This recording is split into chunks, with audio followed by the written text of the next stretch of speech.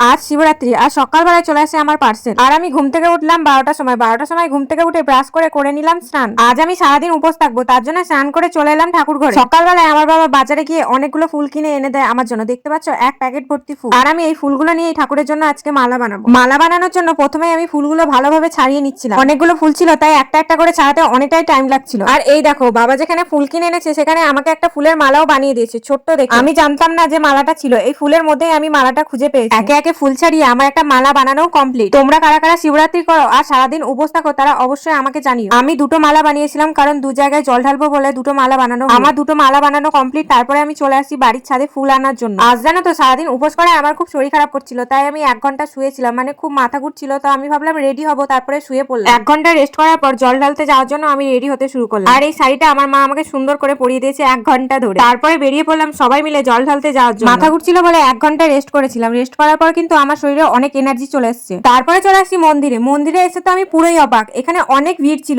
আজকে অনেক মানুষ উপোস করেছিল, তাই মন্দিরে অনেকটাই ভিড় হয়ে গেছিল। পুজো করবো যে সেখানেও দাঁড়ানোর জায়গা নেই। প্রথমেই অঞ্জলি দিলাম, তারপরে কোন রকম ভাবে পুজো দিলাম আমি। আমাদের বাড়ি থেকে আসতেও অনেকটা লেট হয়ে গেছিল, তাই এসে দেখি মন্দিরে অনেক বেশি ভিড়। এখানে তো কোন রকমের পুজো দেওয়া কমপ্লিট হলো। এখন যাব আর এক জায়গায় পুজো দিতে। তারপর চলে এসেছি আরো একটা মন্দিরে পুজো দিতে। আর এই মন্দিরটা ছিল আমার বাড়ির অনেকটাই কাছে। আর এই মন্দিরে সবাই একে একে লাইন দিয়ে পুজো দিচ্ছিল। আমি লাইন দিইনি, তার কারণ আমার খুব শরীর খারাপ করছিল। আমার পরিবর্তে আমার মা লাইনে দাঁড়িয়েছিল। মা লাইনে দাঁড়িয়েছিল, তারই মধ্যে আমি কিছু ফটো ভিডিও করে নিলাম। তারপরে চলে এলাম আবার লাইনে। এই মন্দিরেও কিন্তু অনেক লাইন আর অনেক ভিড় ছিল। সবাই ঠেলাঠেলি করে ঢুকে যাচ্ছিল। পুজো কমপ্লিট হতে না হতে সব মানুষ ঠেলাঠেলি করে ঢুকে যাচ্ছে ভিতরে। পুজো কমপ্লিট হওয়ার পর চলে আসি বাড়ি। বাড়ি এসে ঠাকুরের প্রসাদ মুখে দেওয়ার পর আমার মা নিয়ে চলে আসে আমার জন্য খাবার। সারাদিন উপোস করার পর আমি কিছু খেতে পারি না, তাই মাকে বারণ করেছিলাম আমার জন্য কোনো কিছু খাবার রান্না করতে। বলেছিলাম আমার জন্য শুকনো খাবার রাখিও, যেটা আমার মন চাইবে আমি সেটাই খাবো। তাই মা আমার জন্য বানিয়ে দিয়েছিল সুজি, আর দিদা আমার জন্য সাবুর পায়েস বা এরকম কিছু হবে করে দিয়েছিল। মানে সাবুরই কিছু একটা খাবার ছিল, আর ছিল রসমালাই আর মিষ্টি। সব খাবার আমি একটু একটু করে খেয়েছিলাম। পেট ভরে খাবার খেলে মনে হয় আমার বমি হয়ে যাবে। আমি কিন্তু অনেক ছোট্টবেলা থেকে শিবরাত্রির উপোস করি। আজকের আমার এই লুকটা কেমন লাগছে সবাই অবশ্যই জানিও। সবাইকে টাটা।